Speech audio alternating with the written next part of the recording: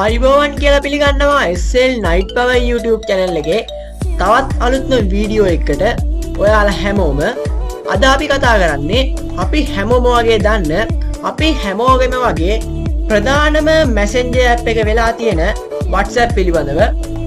මෙන්න මේ WhatsApp කියන messenger app එක ගත්තාම මේක අපිට තාමත් භාවිතා කරන්න පුළුවන් වෙන්නේ අපේ ෆෝන් එකේ විතරයි. උදාහරණයක් විදියට අපි Telegram ගමු. Telegram ගත්තාම අපේ පරිගණකයට Telegram වල වෙනම software එකක් තියෙනවා install කරගන්න. ෆෝන් එකට තියෙනවා වෙනම app එකක්. මේ දෙකේ සම්බන්ධයක් තියෙන්න කිසිම ඕනකමක් නැහැ. මේ දෙකට වෙන වෙනම account භාවිතා කරන්න පුළුවන්. ඒ වගේම මේ වගේ data අතර කිසිම සම්බන්ධයක් නැති විදියට අපිට මේක භාවිතා කරන්න පුළුවන්. හැබැයි WhatsApp වල තාමත් මෙන්න මේ පහසුකම අපිට ලැබිලා නැහැ. WhatsApp වෙනම software එකක් විදියට අපේ පරිගණකයට install කරගැනීමේ හැකියාව තාමත් අපිට නැහැ. හැබැයි ළඟදී ඇවිල්ලා තියෙනවා WhatsApp වල අලුත් update එකක්. මේකෙදි අපේ පරිගණකයේ තියෙන WhatsApp account එක අපේ phone එකේ තියෙන්න ඕන වෙන්නෙම නැහැ. ඒ වගේම මේකෙන් අපිට පුළුවන් වෙනවා අපේ phone එකෙන් වෙන් වූ අපේ phone එකේ නැති අපේ phone එකට කිසිම සම්බන්ධයක් නැති වෙනම WhatsApp account එකක් අපේ පරිගණකයේ තියාගන්න. හැබැයි මේකට එකම එක වතාවක් ෆෝන් එකක් ඕන වෙනවා. ඊට පස්සේ කිසිම වෙලාවක මේ ෆෝන් එක ඕන වෙන්නේ නැහැ. මෙහෙම වෙන්නේ දැනට තියෙන WhatsApp update එක අනුව. එහෙම නැත්නම් දැනට තියෙන WhatsApp version එක අනුව මේක ඉස්සරහට එන update වලින් මොන විදිහකට වෙනස් වෙයිද කියලා මට හරියටම කියන්න බෑ. අපි දැන් බලමු දැනට තියෙන WhatsApp update එක අනුව එහෙම නැත්නම් දැනට තියෙන WhatsApp version එක අනුව අපේ ෆෝන් එකෙන් වෙන් වූ වෙනම WhatsApp account එකක් අපේ පරිගණකයේ තියාගන්නේ කොහොමද කියලා. දැන් අපි යමු අපේ වීඩියෝ එකට. මෙන්න මේක කරන්නේ කොහොමද කියලා හරියටම බලන්න. දැන් අපි බලන්න යන්නේ මේක කරන්නේ කොහොමද කියලා. ඔයාලට පේනවා ඇති මේ වෙනකොට මගේ ෆෝන් එකේ WhatsApp වර්ග දෙකක් තියෙනවා.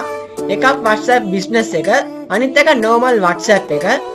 දැන් ඔයාලා හිතයි මේ විදියට මම WhatsApp දෙකක් දාගෙන ඉන්නේ මොකද කියලා. ඒකට හේතුව තමයි මම එදිනෙදා වැඩවලට භාවිතා කරන්නේ WhatsApp business කියන එක.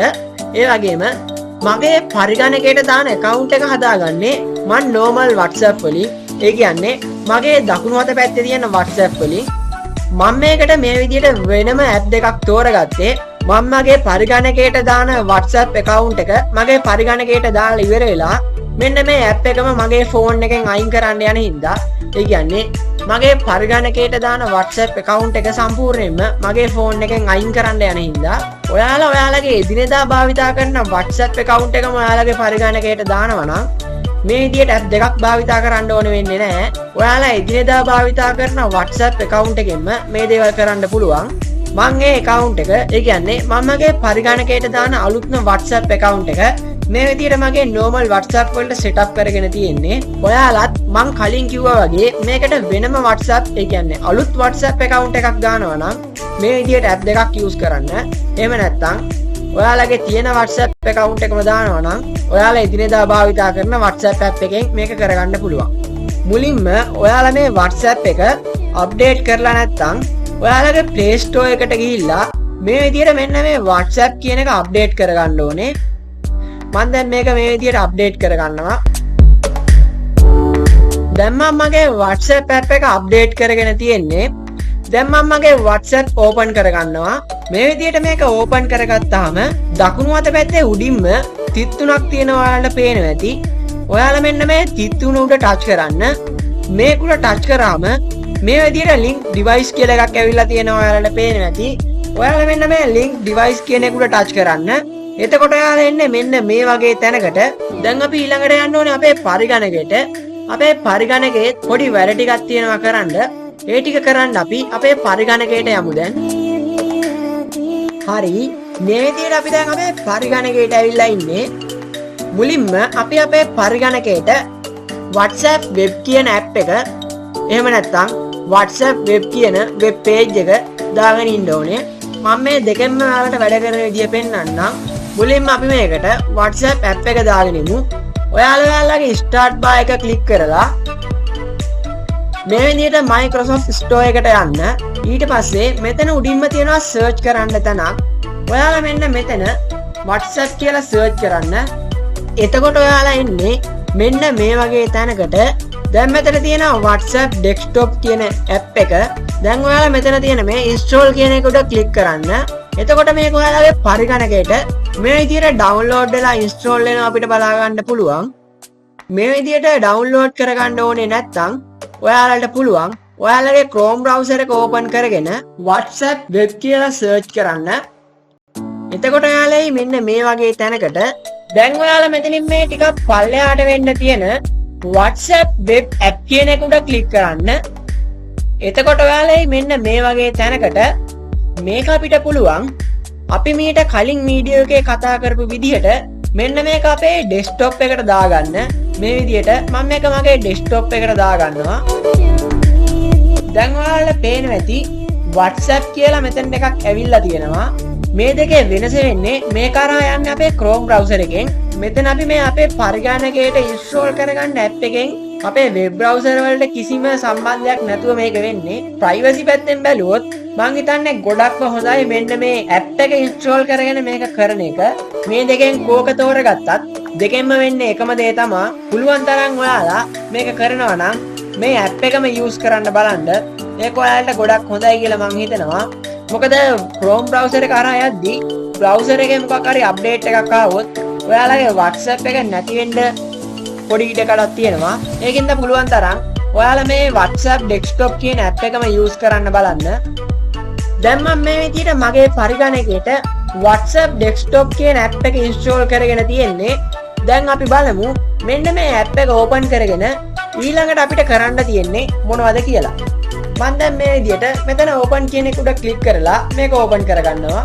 එතකොට මෙන්න මේ විදිහට අපේ WhatsApp desktop කියන app එක open වුණා අපිට බලා ගන්න පුළුවන්. මේකත් ඔයාලට පේනවා ඇති කලින් වගේමයි. ඒ කියන්නේ අපි Chrome browser එකෙන් ගිය තැන වගේම තමයි. දැන් මම මේ විදිහට මගේ පරිගණකයට මගේ phone එකත් අරන් ඇවිල්ලා තියෙන්නේ. දැන් ඔයාලට පේනවා ඇති මෙන්න මෙතනින් තියෙනවා link device කියලා කොළ පාට කොටුවක්. ඔයාලා මෙන්න මේ කොළ පාට කොටුව උඩ touch කරන්න. එතකොට මේ විදිහට එකක් එයි. ඔයාලා මේකට use mobile data කියන එක දෙන්න. හරි. එතකොට මේ වගේ එකක් එයි. ඔයාලා මේකට okay කියන එකක් දෙන්න. මුලින්ම ඔයාලගේ WhatsApp app එකේ cam එක භාවිතා කරන්නේ දැන් නම් මේ වගේ එකකුත් එයි. ඔයාලා මේකටත් continue කියන එක දෙන්න. ඊට පස්සේ මේකට allow කියන එක දෙන්න. හරි. දැන් ඔයාලගේ WhatsApp app එකේ කැමරාව මේ විදිහට on වෙනවා.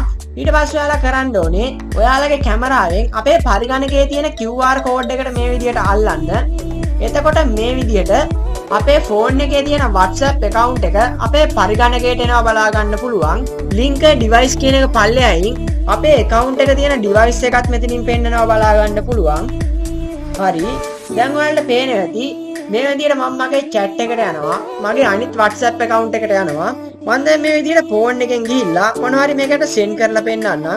ඔයාලට පේනවා ඇති මේක මේ විදිහට මගේ පරිගණකයෙන්ුත් පෙන්නනවා. ඒ වගේම මගේ පරිගණකයෙන් මේ විදිහට send කරොත් ඒක මගේ ෆෝන් එකෙනුත් පෙන්නනවා.